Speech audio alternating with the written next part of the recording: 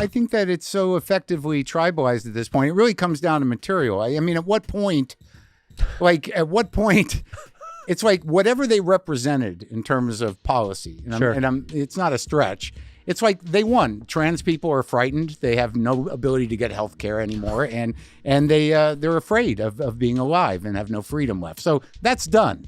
When do you stop with the jokes? When do you stop with the jokes? And like immigrants. Okay, well, they're being ripped away from their homes. And they're all terrified. And okay, so that's done. When do you stop with the jokes? Right. I mean, it's one thing to pick on the vulnerable and the marginalized, but I mean, they're down. Yeah. I mean, like, they're down. Why do you got to keep hitting them unless you're a hack? Now, there's a question. Wow. Mark, He comes in swinging. Yeah. Marc Maron's run has been inspiring, especially because he is sticking up for many marginalized communities that the Trump administration continues to oppress. Meanwhile, Tony, what's going on? Do you not like Marc Maron? Does he not like you? What was that? What was that all about? Whoa, just dropping a big one there.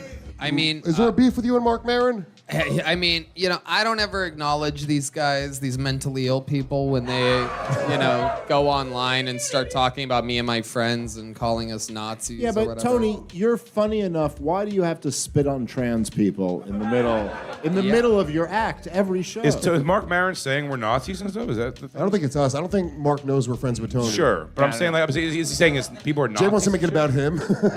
Wait till he finds out you guys are at 900 episodes. He's going to do a new special. Yeah, exactly. He's not going to be happy about that. No. So what's his beef with you? I mean, look, man, the couple guys out of LA that now, are at the Comedy Store that have talked, and they have, their once every 3 or 4 years special that they do when they come out like a groundhog and do something that people might see. Tony Hinchcliffe decided to respond. And by the way, one could watch fellow comedian David Tell's facial expressions and draw a conclusion just off of that. Around last November, Jeselnik made it his sole mission in life to tell the world just how hacky Tony Hinchcliffe and pretty much the entire Rogan sphere was as a whole, with one of his most brutal insults being a quote he made for a popular news article where he called Tony a troll basking in the shadow of Joe Rogan. But that quote was just the tip of the iceberg for Jeselnik calling out Tony and the Mothership comedians. He also went after them pretty hard on a slew of different podcasts, with one of them being Dan Le Batard's podcast, where he labeled Tony Hinchcliffe and Joe Rogan's humor as cringy shock comedy, since they pretty much just use slurs and offensive language to shock people instead of making them laugh. But I'll hear this. People would say, is there any line for you? I would not use a racial slur. I would not use an anti-gay slur. And I will make gay jokes. I will make racial jokes. But I think once you use the slur, I think you're dead in the water. I've thrown comics under the bus for using slurs before because I just think it's got no business in stand-up comedy. So I would never do that. I wouldn't call it a line because I'd be happy to talk about these subjects, but you have to do it in a smart way. Again, you want people laughing, not just, like that can't be all there is. It's got to be a laugh in there. And people It can't be provocative for the sake of provoking. Mm-hmm. Comedian Anthony Jeselnik has also fired shots at Tony, who, by the way, has thrown plenty back. It is incredible. It's almost Jeselnik-esque, but you make fun of yourself and you do more than one punchline every 3.5 minutes. So it's a total different vibe. It's absolutely incredible. Thank you. You acknowledge that you're human and and you make fun of yourself sometimes and real things, not just made up characters. He ripped Jeselnik on his own show, Kill Tony. And Maron, Jeselnik, they all are on multiple episodes of Kill Tony. They've always smiled right to my face. Phonies. They all fancy enough, coincidentally never leave avails when they know I'm going to LA. Wow. They're never around. Wait, are they? Jeselnik also came at Kill Tony? Yeah, Jeselnik. They've both done multiple appearances on Kill Tony, all pre-pandemic when we were in LA, and when they want to push things, they. No, but I'm asking. Like, did he recently say something about Kill Tony? Yeah, I think Jeselnik's taking a bunch of shots, right? when he had a special to promote. Now he's going to be gone for a few years. And, while I put out 2.5 hours of comedy content every week. Wow. And, I don't blame them. If the shoe was on the other foot, if I was them, I would probably, I'd be mentally maybe I would do it too. He had a special to promote and he's ending his podcast, Maron. Yeah.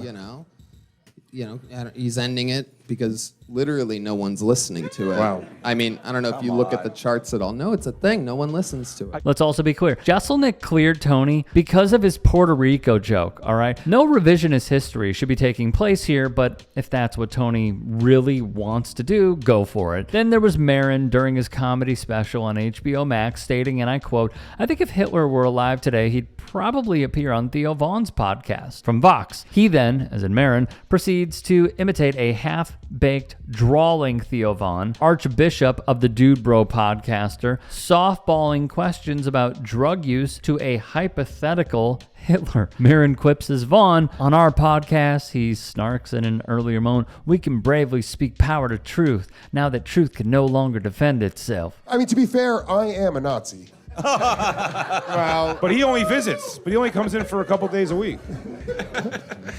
I'm a Nazi on the weekends, okay? Relax. So he's calling you guys and Joe Rogan Nazis, right? Is that what's happening, Yes, essentially? the two biggest, most watched podcasts. Which is such a hack What thing a at this point. coincidence. Crazy. Yeah, I mean, the whole Nazi thing, I just kind of feel like that's such a 2016 thing to be calling comics. Yeah, To have dude. another comic doing it. 2000 and late with that. There you go. Today, You're so 2008. You're so 2008 with we'd that Nazi. prefer to be called hilarious Nazis. Thank you. That's fair. I'll take Nazi as long as you admit that we're pretty funny. If you go, Listen, guys, I think you're all hilarious, honestly. I don't get to go, that guy's hilarious. I mean, for a Nazi, you think I wouldn't laugh, but the guy tickles me. Few things to say here. The first is, and I've gone on the record saying this, however you feel about Tony Hinchcliffe, his model for content, his design for a show is A+. It just is. Getting well-known comedians to sit basically on a panel, give unknown comedians 1 minute, and have those known comedians judge the unknown.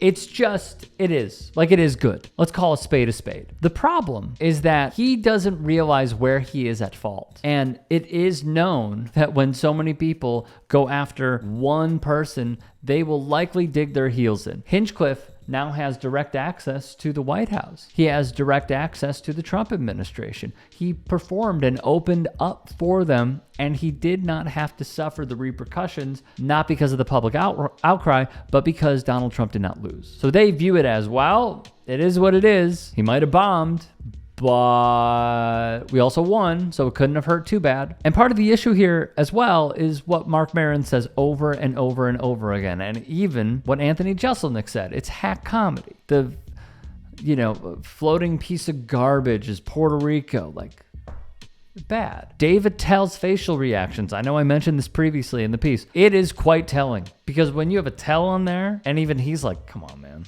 Really? These are all yes men who are in cahoots with one another on a podcast, which is cool.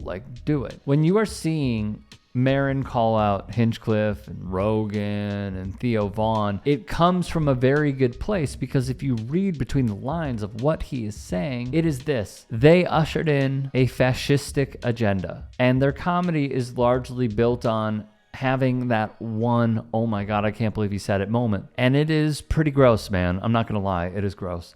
But they led us here, and now we are here. What's telling to me in closing is that it's getting to them. Marc Maron's criticisms are hurting them. It's cutting them deep. And thus far, they don't know how to react. Hey, I appreciate you watching. Now, if you can, please do become a channel member by going to youtube.com/TYTsports and clicking the join button. If that's too much for you, you can just go to tyt.com/join to become a member. It helps all of us out here at the Young Turks and keeps our network afloat. In addition, you could follow me on my socials on Twitter, Instagram, and TikTok. Appreciate the love. Have a great day.